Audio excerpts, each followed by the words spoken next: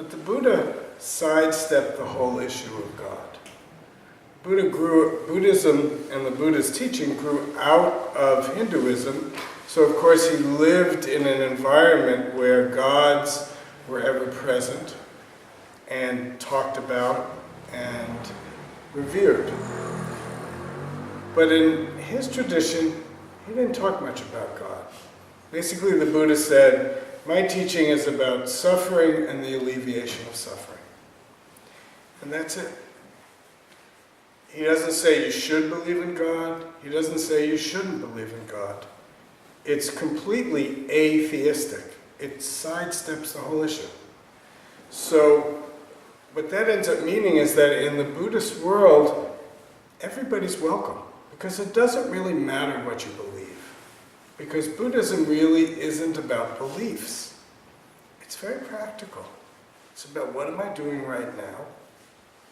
What is this life that I'm leading?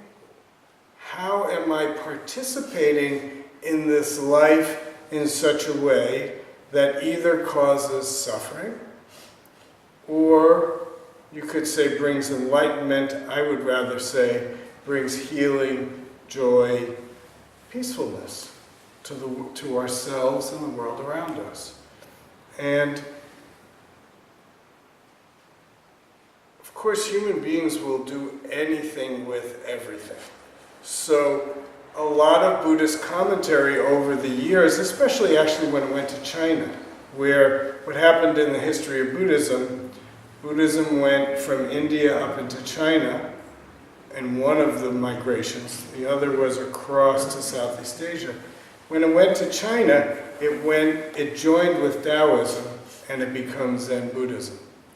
And the Chinese are a bit metaphysical, so they brought a whole metaphysical approach to Buddhism. But essentially, Buddhism is not metaphysical, it's quite practical. Now, it is true there's an awareness and a sense in Buddhism that underpins all the Buddhist teaching, which is that everything in our universe is interconnected. Nothing stands apart. Nothing is separate from everything else. Zen practice, Buddhist practice in general, is very practical.